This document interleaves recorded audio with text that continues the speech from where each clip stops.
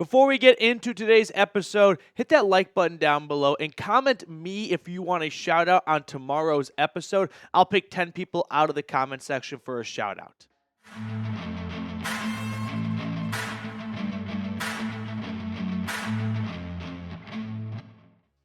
Deshaun Watson posted on Instagram a photo, a video of him having dinner with his girlfriend, and Browns fans are pissed. They do not like seeing Watson have dinner, I guess, but the real reason why they're mad is the optics of this make it look like, well, this team is 3-10. It's cold and snowy in Northeast Ohio, and Watson appears to be having wine, nice pasta, in a nice, warm, tropical climate, vacationing. This is a bit of a reach. One, I don't think that everyone has all the information. Starters, Deshaun Watson is not vacationing. He is rehabbing in Miami. This is not new information either, by the way. Right from the start, it was he's going to split time rehabbing between Cleveland and Miami. And he was in Cleveland just a few weeks ago in the locker room. He spoke to some reporters and whatnot. So he is on schedule for what the Browns' plan was for Deshaun Watson's rehab. But I will agree that the optics of it are not great, right? After the team loses their 10th game, it's cold, snowy, not fantastic weather, and Watson appears to be living up life, having a great glass of wine and a nice bowl of pasta in a nice warm temperature. It doesn't really seem to feel like he is with this team and a part of the locker room and whatnot when he's off doing his own thing. That's what the picture kind of paints. I really don't think this is something to make a big deal out of. I don't. I don't think any of his teammates, not that I can speak for them, but just guessing here, are upset by that, right? Players get injured frequently, and when they get injured, they often have a variety of different rehab plans and whatnot. For guys that suffer, an ankle injury that keeps them kind of week to week, they're obviously going to stick around. They're going to be at the facility rehabbing and whatnot. Some guys, when they suffer major injuries, like an Achilles injury, they get the surgery done by a doctor out of state, which is what the case for Watson was. He got it done by a foot surgeon in North Carolina, and then they sometimes split their rehab between LA and wherever their team is, Miami, wherever their team is. This is not, too out of the ordinary. But Mary Kay did do some digging on this and pulled up this piece of tidbit for you guys here, saying, league sources tell Cleveland.com that Watson is following his prescribed recovery protocol, which involves going back and forth between Cleveland and Miami, where he purchased a home more than a year ago and where his personal trainer has a gym. Here's where I want to just interject a little bit more and say Browns fans were happy with him out of the starting lineup, right? When he went down, there was some level of confusion as to whether or not people were cheering for the injury. They didn't know initially that it was a severe injury. Once he got on the cart, the cheers went away and people were kind of clapping for him, wishing him the best. We don't need to revisit that, but that happened. But I think we can all agree that everyone that walked out of the stadium was overall happy that Deshaun Watson was not going to be this team's starting quarterback for the rest of the season. Everyone wanted a change, and they got the change. So now you guys are upset that he isn't around more when you wanted him away? I just feel like you're just looking to be mad at Deshaun Watson no matter what. And that's where I kind of separate from that camp, where I'm with you guys that this offense is better with Jameis Winston than it was with Deshaun Watson. There's no question about that. But I don't despise and hate the man to the point where no matter what he does, I'm going to be finding a reason to be mad at it. First, you're mad that he's on the team and he's starting. Then he's no longer starting because he's injured, and you're mad he's somewhere else. That's what you wanted all along, was it not? That would be something you think you'd be praising and celebrating. We wanted Deshaun Watson off this team, and now he's far away in Miami. That's a big win for the Browns. Make up your mind. You want him there or not? You can't have it both ways, in my opinion. Now, when it comes to quarterbacks rehabbing, if you really want to get into the nitty-gritty, I did do some research on it. Last year, we had two notable starting quarterbacks suffer Achilles injuries, Kirk Cousins and Aaron Rodgers. Now, different circumstances for the two of them, or we'll lump Watson and say the three of them. Rodgers suffered his on the first game of the season, so he was always started to eye a potential return, so he stuck around in New Jersey. But Kirk Cousins, he suffered his right around when Deshaun Watson did, middle of the season, and he stuck around in Minneapolis as well. I found this old article when Kevin O'Connell talked about Kirk Cousins back in 2023, saying, based upon the timeline, we really didn't think we'd be able to have him much in the building. He has already been in a bunch of quarterback meetings, and I know he and Josh have talked a lot. He and I have talked a lot. When the Browns and Deshaun Watson curated this plan for him to split rehab in Miami and Cleveland, clearly they went about it differently than the way the Vikings did. Now, Kirk Cousins got his surgery done just like 20 minutes down the road in Minnesota. That's where the doctor was. So it's not completely apples to apples, but it wouldn't be impossible for Watson to do all of his rehab in Cleveland. But to me, I feel like the Browns coaching staff knows Watson's done as this team's starting quarterback long term. So what do we really gain by having him just be a ghost and a walking dead man in the locker room, knowing we're all thinking it, and it's a disaster of a trade and a contract. It's a failure. It didn't work out like we thought it would. But we're just going to kind of, I wouldn't say keep him hostage because they are paying him a lot of money. So that could be reason enough to go, hey, we're paying you, so you got to be here injured or healthy. Or you can just kind of come to grips with reality, which is he's not going to be this team's long-term starting quarterback. So if he wants to do some of his rehab in Miami with his team down there or whatever, if it's not going to get in the way of what the Browns are doing, and if it's going to help Deshaun Watson rehab, is it really that big of a fuss? Probably not. So let me ask you, are you upset with Watson's post? If Deshaun Watson was on a cruise right now, yeah, I'd be upset. The reality is he's not. Splitting his rehab between Cleveland and Miami, something him and the Browns agreed on, something everyone signed off on, and he is having dinner, and he's taking a picture of it. Maybe we're a little bit jealous that we're not there because it's a lot colder in Cleveland than it is in Miami, but yeah, I don't think this is something to really get all worked up over.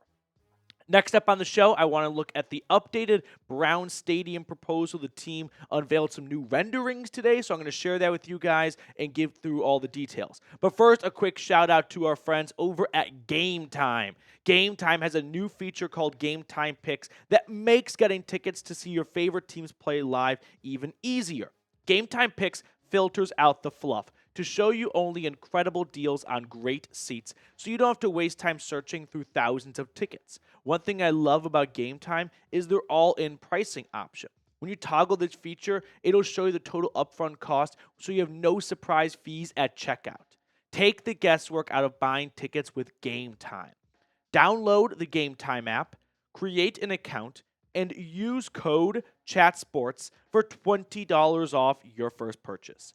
Terms apply. Again, create an account and redeem code CHAT Sports for $20 off. I put all that information in the comments and description of today's video.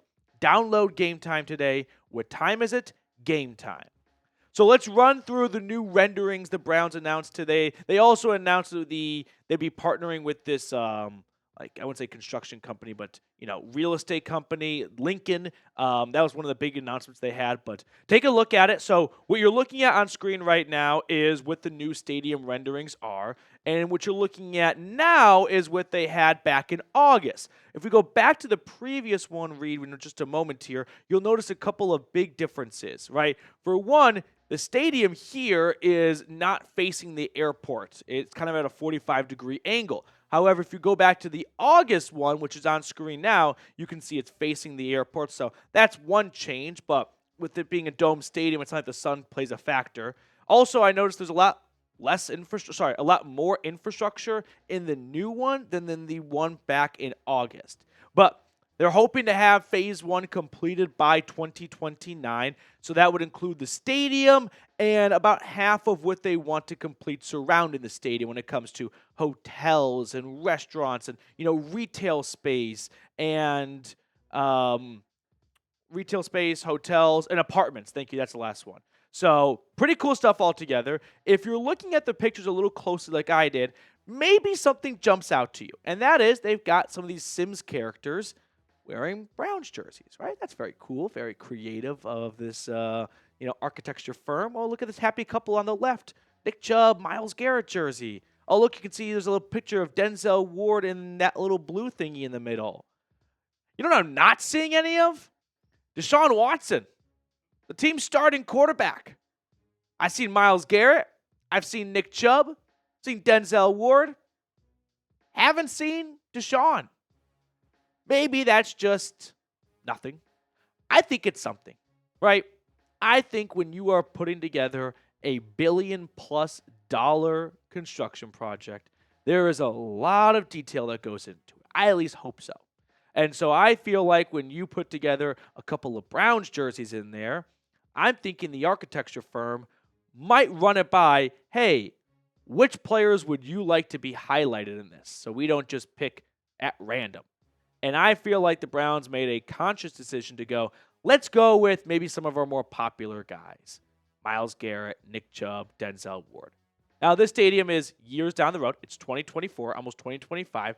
I don't think they are forecasting that all these guys are starters in 2029, but they could have put Deshaun Watson in there, and I think they made a conscious and deliberate choice not to. So do with that information what you will, but that's just my takeaway from it. A couple of the numbers I think you guys might be interested as we are getting more facts and figures out of it. So by the numbers here, 67,000 seat capacity. We'll look at in a second where that compares to the rest of the league. 2 hotels and 1,100 apartments, along with plenty of retail space. So lots of bars, lots of restaurants. It is going to be a campus, essentially. So where does 67,000 rank? It would be 23rd largest in the NFL. It's actually tied with Lucas Oil. So I got these numbers off of Wikipedia, the best source out there. So there's always going to be some fluctuation with numbers when it comes to seating capacity, because what about standing room, for example? Like, how does that alter things? But just to give you a rough, frame of reference, a starting point, it's not going to be the biggest in the NFL, but I think that's kind of the new trend that stadiums go after. Like, look at Allegiant Stadium. People want a much more pleasant experience and not so much a college experience where you're sitting on bleachers and you're packed in, right? They are looking for a little bit more value for their dollar if they're spending this much. So 67,000, sure, it's not going to be one of the biggest in the NFL, but it's a pretty good-sized stadium. 2 hotels, like I said, and 1,100 apartments. So all in all, I'm on board with this. I know that the nostalgia says keep it lakefront no matter what. This is AFC North football. Don't be pansy. Don't be soft and play in a dome. Browns winning a lot with the current makeup? No. Really? Are they getting some advantage that I don't know about at the lakefront? No. Hasn't worked since 99. You want to just continue to sit in the cold and lose out of AFC North pride? How about we go inside and actually have good football and not freeze our asses off and lose? If the Browns were winning with this advantage, then I'm all for it, right? That's Browns football. You're going to come in here and you're going to play at our level. But they're not. I watched this team get eliminated from postseason contention with the New Orleans Saints coming to town in December for a frigid game and beat the Browns. So as soon as the Browns get some type of advantage by the lake, then I'm all for keeping it there. But right now, the only pro I can come up with is it's a cool flyover as we go in and out of commercial breaks with the city skyline and Lake Erie aside it. Other than that, I got nothing. Yes, I'm sure there's economic interest as well, but I'm not an economist. I didn't major in macro and microeconomics, so I'm not going to comment on that. I'm sure there are pros and cons to the economy for keeping it downtown and moving it to Brook Park, but if we are just talking about it from a football lens, I am taking the Dome Stadium. So what's your preference? Let me know. Dome or open stadium? For me, I'd rather have it in Brook Park in a dome. And I think everyone that's against it will quickly change their mind the moment they get there in 2029 and go, yeah, this is actually a really cool place. And I think this is a great future for the Browns to host Super Bowls and Final Fours and concerts and all that jazz. I think it's going to come. It's going to follow. I don't think those reasonings, though, should be the number one reason, because people love to say if we build a dome stadium, we can host a Super Bowl. Yeah, you get one. That shouldn't be like what is the benchmark for wanting to build a stadium. It should be for reasons bigger than that, but that's just sweet added on perk. There's plenty of teams that have had one Super Bowl because they built a new stadium, and they're not getting one anytime soon. All right, that will do it for us on today's episode. Follow us over on Instagram. If you're on IG, go to Browns Report IG. Yeah, you right now, leave YouTube, go to Instagram, Browns Report IG.